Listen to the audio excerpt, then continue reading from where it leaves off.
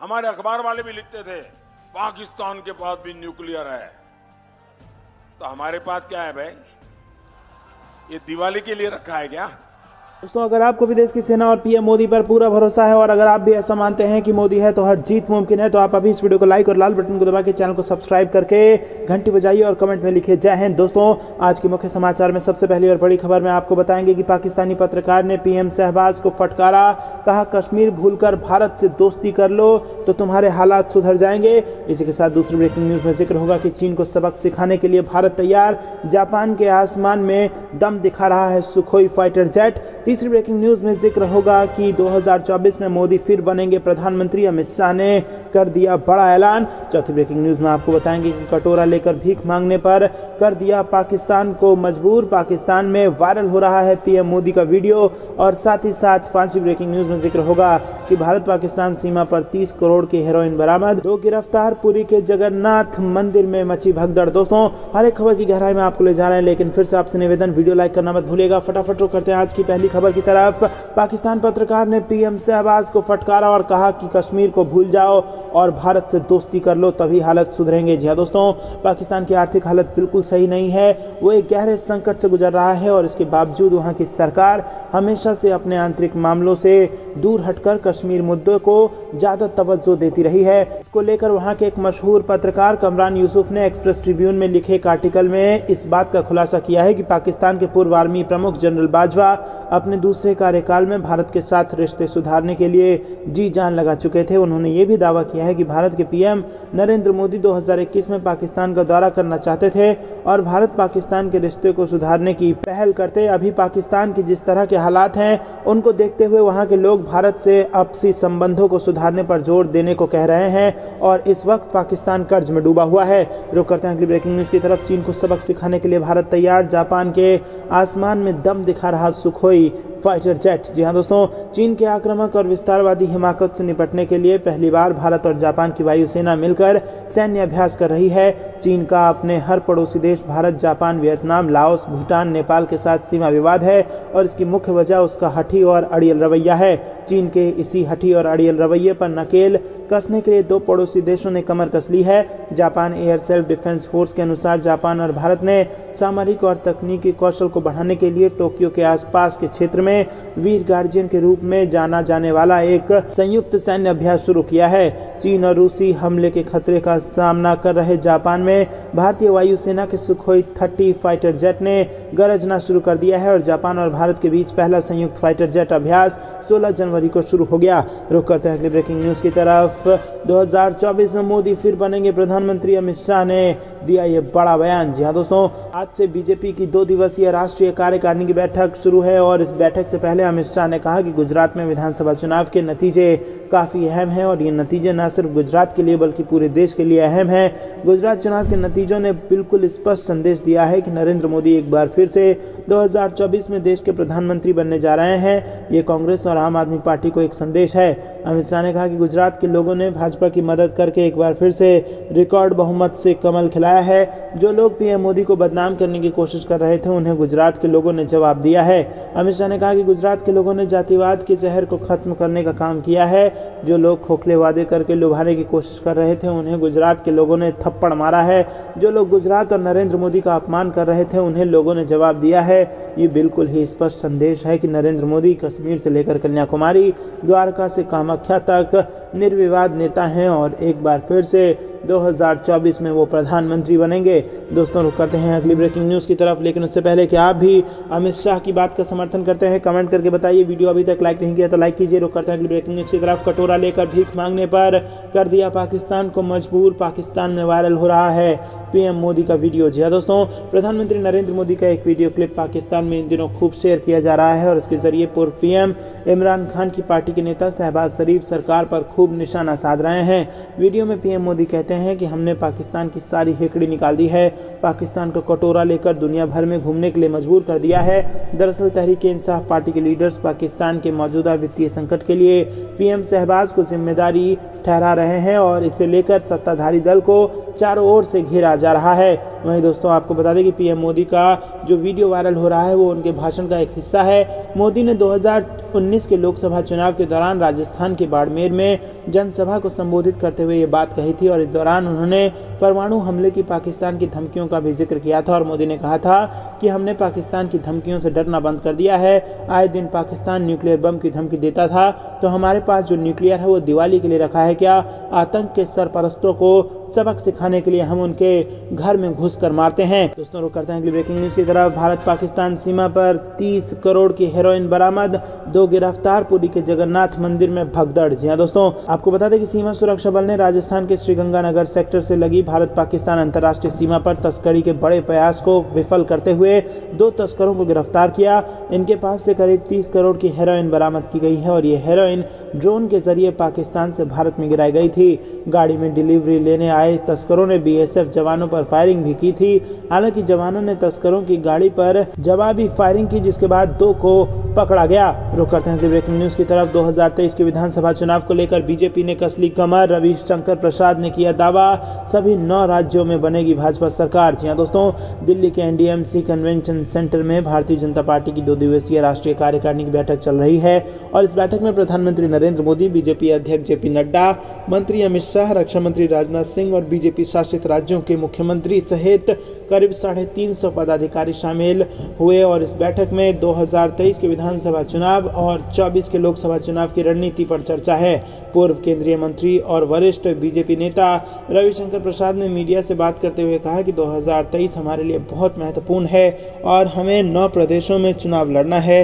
राष्ट्रीय अध्यक्ष जेपी नड्डा ने पूरी कार्यकारिणी से आह्वान किया कि चुनाव के लिए कमर कस लें, हमें सभी 9 राज्यों में जीत दर्ज करनी है। वहीं उन्होंने आगे कहा कि देश भर के 100 लोकसभा क्षेत्रों में 72,000 बूथ चिन्हित किए गए थे जहां भाजपा कमजोर थी, लेकिन हम 1,30,000 बूथों तक पहुंचे और पार्टी की नीतियों को जनता तक पहुंचाया। दोस्तों रुक करते हैं अगली ब्रेकिंग न्यूज की तरफ। यूनियन बजट 2023 से पहले वित्त मंत्री का बयान, 5 लाख तक की आय पर कोई नया टैक्स नहीं।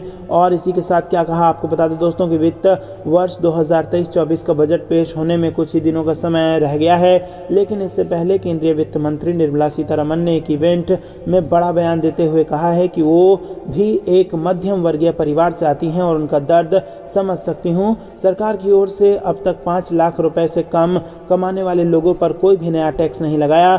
बता दें कि ये इवेंट राष्ट्रीय स्वयंसेवक संघ की पत्रिका पंचजन्य द्वारा आयोजित किया गया था और इसके साथ उन्होंने आगे कहा कि सरकार ने मध्यम वर्ग के जीवन को आसान करने के लिए स्मार्ट शहरों का निर्माण और मेट्रो रेल नेटवर्क विकसित करने जैसे कई उपाय किए हैं। रुक करते हैं अगली ब्रेकिंग न्यूज की तरफ। नई तकनीक की जंग से लड़ने में सक्षम है सेना, खुद में कर रही बदलाव, रक्षा मंत्री राजनाथ सिंह का बयान। जी हाँ दोस्तों, रक्षा मंत्री राजनाथ सिंह ने रविवार को शौर्य संध्या कार्यक्रम में भाग लिया और ये कार्यक्रम 75वें सेना दिवस के अवसर पर बेंगलुरु में आयोजित किया गया था।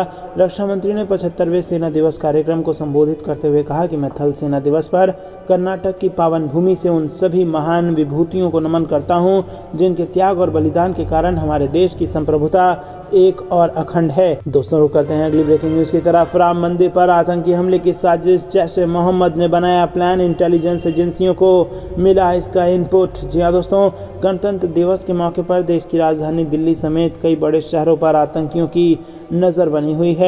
इंटेलिजेंस एजेंसियों को खुफिया जानकारी मिली है कि आतंकी अयोध्या में राम मंदिर को अपना निशाना बना सकते हैं। एजेंसी सूत्रों के मुताबिक राम मंदिर में सुसाइड बॉम्बर के जरिए हमला करने की साजिश रची जा रही है। दरअसल एजेंसियों को इनपुट मिला है कि अगले कुछ दिनों में पाकिस्तान का आतंकी संगठन राम मंदिर पर हमले करने का प्लान कर रही है। जैश ए मोहम्मद आतंकी संगठन ने इस हमले की साजिश रची है। नेपाल के रास्ते से भारत में सुसाइड स्क्वाड यानी आत्मघाती हमलावर का दस्ता भेजकर हमले का प्लान बनाया गया है। बता दें कि राम मंदिर निर्माण का 50% से ज़्यादा काम हो चुका है और यहाँ सुरक्षा पहले से ही चाक चौबंद है। वहीं अब इस अलर्ट के बाद उत्तर प्रदेश पुलिस पहले से ज़्यादा अलर्ट हो गई है। इंटेलिजेंस एजेंसियों को पता चला है कि गणतंत्र दिवस के मौके पर दिल्ली से लेकर पंजाब और देश के कई शहरों में बड़ा हमला करने की आतंकी साजिश रच रहे हैं। पाकिस्तान के ISI इस्लामिक स्टेट अलकायदा ने अंडरवर्ल्ड डॉन दाऊद इब्राहिम के गुर्गों की भी मदद ली है और बताया गया कि पाकिस्तान ISI अपने स्लीपर सेल और अवैध रोहिंग्या का इस्तेमाल कर 26 जनवरी के मौके पर दिल्ली और पंजाब में आईईडी ब्लास्ट करवा सकता है। खबर ये भी है कि अगर 26 जनवरी पर आतंकी प्लान फेल हुआ तो G20 समिट को निशाना बनाया जाएगा। दोस्तों रुक करते हैं अगली ब्रेकिंग न्यूज़ की तरफ। पाकिस्तान में फिर से गिरने वाली है सरकार, इमरान खान का दावा, पीएम को साबित करना होगा बहुमत। जी हां दोस्तों, पाकिस्तान के अपदस्थ प्रधानमंत्री इमरान खान ने कहा है कि राष्ट्रपति डॉक्टर आरिफ अलवी जल्द ही प्रधानमंत्री शहबाज शरीफ से विश्वास मत हासिल करने के लिए कहेंगे। खान ने लाहौर में एक मीडिया वार्ता में और शनिवार शाम हम न्यूज़ टीवी पर एक इंटरव्यू में भी कहा कि शहबाज शरीफ ने पंजाब में हमारी परीक्षा ली और अब ये साबित होने की उनकी बारी है कि उन्हें नेशनल असेंबली में बहुमत हासिल है या फिर नहीं। दोस्तों रुक करते हैं अगली ब्रेकिंग न्यूज़ की तरफ। चीन पाकिस्तान को भारत की कड़ी चेतावनी, विदेश मंत्री जयशंकर ने ड्रैगन की दुखती रग पर रखा हाथ। जी हां दोस्तों, विदेश मंत्री एस जयशंकर ने चीन पाकिस्तान को चेतावनी दे दी है। तमिलनाडु में एक कार्यक्रम को संबोधित करते हुए जयशंकर ने कहा कि पाकिस्तान में पैदा होने वाले टेररिज्म और चीन के साथ बॉर्डर पर हुई आक्रामक झड़पों में भारत की जवाबी कार्रवाई ने दिखाया है कि हमारा देश किसी के दबाव में नहीं आएगा। उन्होंने आगे कहा कि भारत अपनी सुरक्षा की खातिर हर संभव कदम उठाएगा। चीन के साथ हुई झड़पों को याद दिलाकर विदेश मंत्री जयशंकर ने ड्रैगन की दुखती रग पर हाथ रख दिया है। एस जयशंकर ने साल 2019 की एक घटना को याद दिलाते हुए कहा कि पुलवामा टेररिस्ट अटैक के जवाब में इंडियन एयरफोर्स ने बालाकोट में हवाई हमले करके बहुत ज़रूरी मैसेज दिया था। बता दें कि शनिवार को विदेश मंत्री एस जयशंकर ने तमिल साप्ताहिक तुगलक की 53वीं एनिवर्सरी को संबोधित कर रहे थे और तब उन्होंने ये बात कही।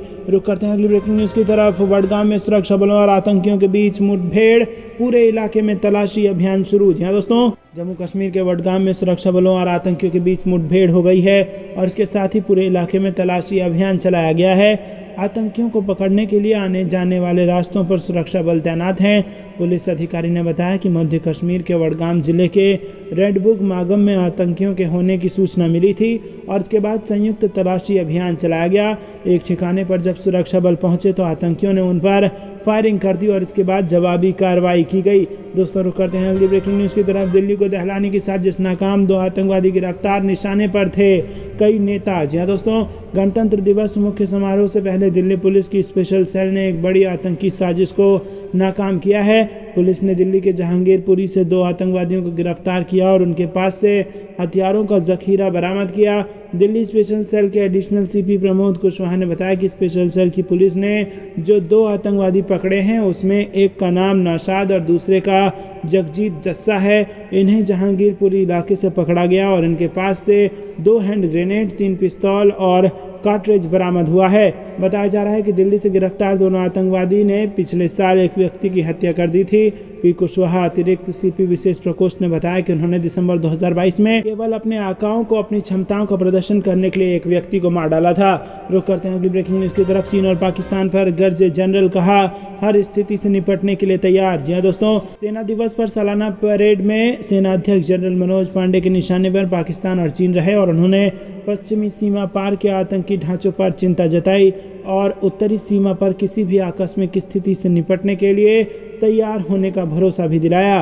सेना प्रमुख जनरल एम पांडे 75वें सेना दिवस पर आयोजित परेड की सलामी लेने के बाद सैनिकों को संबोधित कर रहे थे। जी हां दोस्तों, आपको बता दें कि सेना दिवस पर 1949 में समारोह शुरू होने के बाद ये पहला मौका है जब सेना दिवस परेड दिल्ली के बाहर बेंगलुरु के MEG एंड सेंटर में परेड ग्राउंड पर हो रही है। दोस्तों रुक करते हैं अगली ब्रेकिंग न्यूज़ की तरफ। बीजेपी की सरकार ने कभी किसी मीडिया हाउस पर प्रतिबंध नहीं लगाया, राजनाथ सिंह का बयान। जी हां दोस्तों, रक्षा मंत्री राजनाथ सिंह ने रविवार को मीडिया की स्वतंत्रता को लेकर एक बड़ा बयान दिया है। उन्होंने कहा कि प्रेस की स्वतंत्रता के उल्लंघन का आरोप लगाने वाले भूल जाते हैं कि उनकी पार्टी की सरकारों ने किसी भी मीडिया संगठन पर कोई भी प्रतिबंध नहीं लगाया और न ही किसी के अभिव्यक्ति की स्वतंत्रता के अधिकारों का हनन किया है। रक्षा मंत्री ने कांग्रेस पर निशाना साधते हुए कहा कि अगर बात प्रेस की स्वतंत्रता की है तो कांग्रेस ने ऐसा करने के लिए संविधान में संशोधन तक किया था। उन्होंने इस दौरान 1951 में अनुच्छेद 19 किए गए संशोधन की याद दिलाई। दोस्तों रुक करते हैं अगली ब्रेकिंग न्यूज़ की तरफ। दिल्ली में पीएम मोदी का रोड शो, कई सड़कें होंगी बंद, बाहर निकलने से पहले देख लें ट्रैफिक एडवाइजरी। जी दोस्तों, दिल्ली पुलिस ने सोमवार को राष्ट्रीय राजधानी में होने वाले पीएम मोदी के रोड शो के मद्देनजर ट्रैफिक एडवाइजरी जारी की है।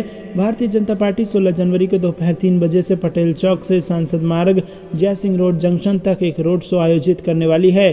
दिल्ली पुलिस ने रविवार को एक बयान में कहा कि बीजेपी के रोड शो में प्रधानमंत्री हिस्सा लेंगे। रोड शो मार्ग के आसपास के क्षेत्रों में सुचारू यातायात प्रबंधन सुनिश्चित करने के लिए विशेष यातायात व्यवस्था की जाएगी। ट्रैफिक एडवाइजरी में कहा गया कि अशोका रोड, संसद मार्ग, टॉलस्टॉय रोड, रफ़ी मार्ग, जंतर मंतर रोड, इम्तियाज़ खान मार्ग और बंगला साहिब लेन 16 जनवरी को दोपहर 2:30 बजे से 5 बजे तक बंद रहेंगी। दोस्तों, रुक करते हैं अगली ब्रेकिंग न्यूज़ की तरफ। पीएम बनने के बाद पहली बार भारत का दौरा कर सकते हैं प्रचंड, चीन को लगेगा बड़ा झटका। जी हाँ दोस्तों, आपको बता दें कि नेपाल के प्रधानमंत्री पुष्प कमल दहल प्रचंड जल्द ही भारत का दौरा कर सकते हैं। नेपाल स्थित media outlet the Kathmandu post ने लिखा है कि तीसरी बार देश के प्रधानमंत्री पद का कार्यभार संभालने के बाद प्रचंड अपने पहली विदेश यात्रा के रूप में जल्द ही भारत जाएंगे। हालांकि नेपाल सरकार ने पीएम की भारत यात्रा के बारे में कोई आधिकारिक घोषणा नहीं की है, लेकिन सीपीएन माओवादी सेंटर के 2 नेताओं ने काठमांडू पोस्ट को कहा है कि दहल नए राष्ट्रपति के चुनाव के बाद भारत यात्रा कर सकते हैं। दोस्तों, आपको बता दें कि नेपाल में राष्ट्रपति चुनाव फरवरी के लिए निर्धारित है, क्योंकि राष्ट्रपति विद्या देवी भंडारी का कार्यकाल मार्च के अंत में समाप्त हो रहा है और संविधान के अनुसार राष्ट्रपति का कार्यकाल समाप्त होने से 1 महीने पहले नेपाल में चुनाव होता है। 2 नेताओं में से एक ने काठमांडू पोस्ट से कहा कि यदि भारतीय पक्ष नए राष्ट्रपति के चुनाव से पहले यात्रा पर जोर देता है तो प्रचंड पहले भी भारत की यात्रा कर सकते हैं। दोस्तों, रुक करते हैं अगली ब्रेकिंग न्यूज़ की तरफ। भारत की जवाबी प्रतिक्रिया ने दर्शाया है कि भारत किसी के दबाव में नहीं आएगा, जयशंकर ने दिया यह बयान। जी हाँ दोस्तों, विदेश मंत्री एस जयशंकर ने शनिवार को कहा कि पाकिस्तान से उत्पन्न होने वाले आतंकवाद और चीन के साथ सीमा पर आक्रामक झड़पों पर भारत की जवाबी प्रतिक्रिया ने यह प्रदर्शित कर दिया है कि देश किसी के दबाव में नहीं आएगा। उन्होंने कहा कि देश अपनी सुरक्षा सुनिश्चित करने के लिए हर संभव कदम उठाएगा। जयशंकर ने 2019 में घटना का जिक्र करते हुए कहा कि पुलवामा आतंकवादी हमले के जवाब में वायुसेना द्वारा किए गए बालाकोट हवाई हमले के जरिए बहुत ज़रूरी संदेश दिया गया था। विदेश मंत्री ने शनिवार शाम यहां तमिल साप्ताहिक तुगलक की 53वीं वर्षगांठ को संबोधित करते हुए कहा कि चीन उत्तरी सीमाओं पर बड़े पैमाने पर बलों को लेकर हमारी सीमाओं का उल्लंघन करके यथास्थिति को बदलने का प्रयास कर रहा है। कोविड-19 के बावजूद हमारी जवाबी प्रतिक्रिया मजबूत और दृढ़ थी और हजारों की संख्या में तैनात हमारे सैनिकों ने दुर्गम इलाकों में हमारी सीमाओं की रक्षा की और वो आज भी पूरी तत्परता के साथ सीमाओं की सुरक्षा कर रहे हैं। जयशंकर ने आगे कहा कि भारत एक ऐसा देश है जो किसी के दबाव में नहीं आएगा और यह अपनी सुरक्षा सुनिश्चित करने के लिए सब कुछ करेगा। और अगर 1947 में देश का विभाजन नहीं हुआ होता तो भारत दुनिया का सबसे बड़ा देश होता, न कि चीन। उन्होंने कहा कि आपको आश्चर्य हो सकता है कि विदेश मंत्री इन सब के बारे में क्यों बता रहे हैं। मेरी विदेश यात्रा के दौरान मैंने कई विकसित देशों को आपूर्ति किए गए हमारे कोविड-19 टीकों और हमारे प्रौद्योगिकी सक्षम शासन के बारे में प्रशंसा सुनी है। दोस्तों, रुक करते हैं अगली ब्रेकिंग न्यूज़ की तरफ। पीओके को भारत में मिलाने की मांग को लेकर पाकिस्तान में हो रहा है प्रदर्शन। लोग बोले हमें भारत में वापस मिला दो। जी हाँ दोस्तों, आपको बता दें कि भले ही पाकिस्तान कई गुना संकटों से निपट रहा हो, लेकिन उसके सामने एक और बड़ी समस्या है। पाकिस्तान अधिकृत कश्मीर के सबसे उत्तरी इलाके गिलगिट बाल्टिस्तान के लोग पिछले कुछ दिनों से पाकिस्तान के खिलाफ प्रदर्शन कर रहे हैं। प्रदर्शनकारी भारत के केंद्र शासित प्रदेश लद्दाख के साथ मिलाए जाने की मांग कर रहे हैं। महंगाई, बेरोजगारी से परेशान इस इलाके के लोग पाकिस्तान सरकार की भेदभावपूर्ण नीतियों से तंग आ गए हैं और अब भारत के साथ आना चाहते हैं। लोगों का कहना है कि दशकों तक पाकिस्तान की सरकारों ने उनके साथ भेदभाव किया और उनके क्षेत्र का शोषण किया। प्रदर्शन कर रहे लोगों का एक वीडियो भी सोशल मीडिया पर वायरल हो रहा है, जिसमें प्रदर्शनकारियों को दोनों देशों को जोड़ने वाली करगिल रोड को फिर से खोलने की मांग करते हुए देखा जा सकता है। वहीं देश भर में गेहूं के आटे की कमी, बलूचिस्तान में उग्रवाद, अफगानिस्तान के साथ सीमा संघर्ष, पाकिस्तान तालिबान द्वारा हमले और एक गंभीर वित्तीय संकट से जूझ रहे पाकिस्तान के साथ पीओके में लोगों ने काफी अनुभव किया है। दोस्तों, रुक करते हैं अगली ब्रेकिंग न्यूज की तरफ। राजौरी का बदला लेगी भारतीय सेना, कश्मीर में आतंक के सफाई के लिए अमित शाह का खतरनाक प्लान। जी हाँ दोस्तों, आपको बता दें कि यहाँ पर बड़ी खबर आ रही है। केंद्रीय गृह मंत्री अमित शाह जम्मू कश्मीर के दौरे पर पर थे और यहाँ अमित शाह ने कहा कि राजौरी हमले के अपराधियों को बख्शा नहीं जाएगा। शाह ने जम्मू कश्मीर में एक सुरक्षा ग्रिड बनाने की भी घोषणा की और उन्होंने कहा कि इस ग्रिड को 3 महीने के भीतर मजबूत किया जाएगा। वहीं दोस्तों उन्होंने कहा कि जम्मू कश्मीर में सुरक्षा स्थिति को एक घटना के आधार पर नहीं आंका जाना चाहिए।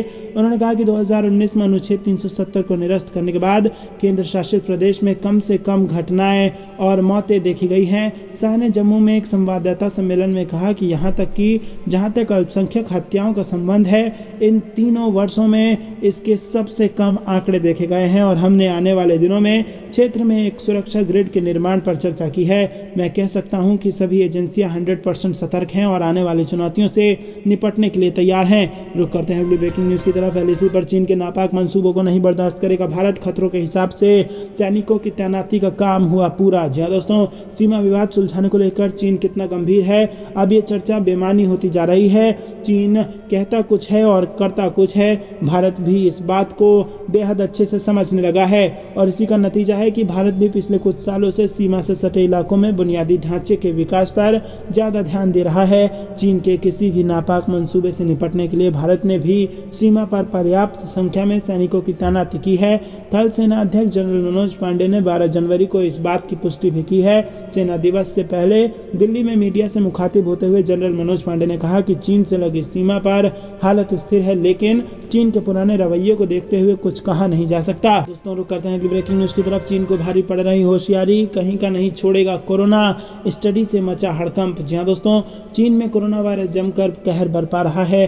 पिछले महीने से कोरोना की बड़ी संख्या में मामले सामने आ रहे हैं। लोगों का अंतिम संस्कार तक को करने के लिए जगह नहीं मिल रही है और एक नई स्टडी में पाया गया है कि जनवरी के अंत तक बीजिंग में लगभग सभी 2.2 करोड़ निवासी कोविड से संक्रमित हो जाएंगे। जनरल नेचर मेडिसिन में प्रकाशित स्टडी के अनुसार यहाँ पर बीजिंग में लगभग 92% लोग जनवरी के अंत तक संक्रमित हो जाएंगे और जबकि 76% लोग 22 दिसंबर से पहले ही संक्रमित हो चुके हैं और कोरोना की बड़ी संख्या में मामले आने की वजह से हड़कंप मच गया है।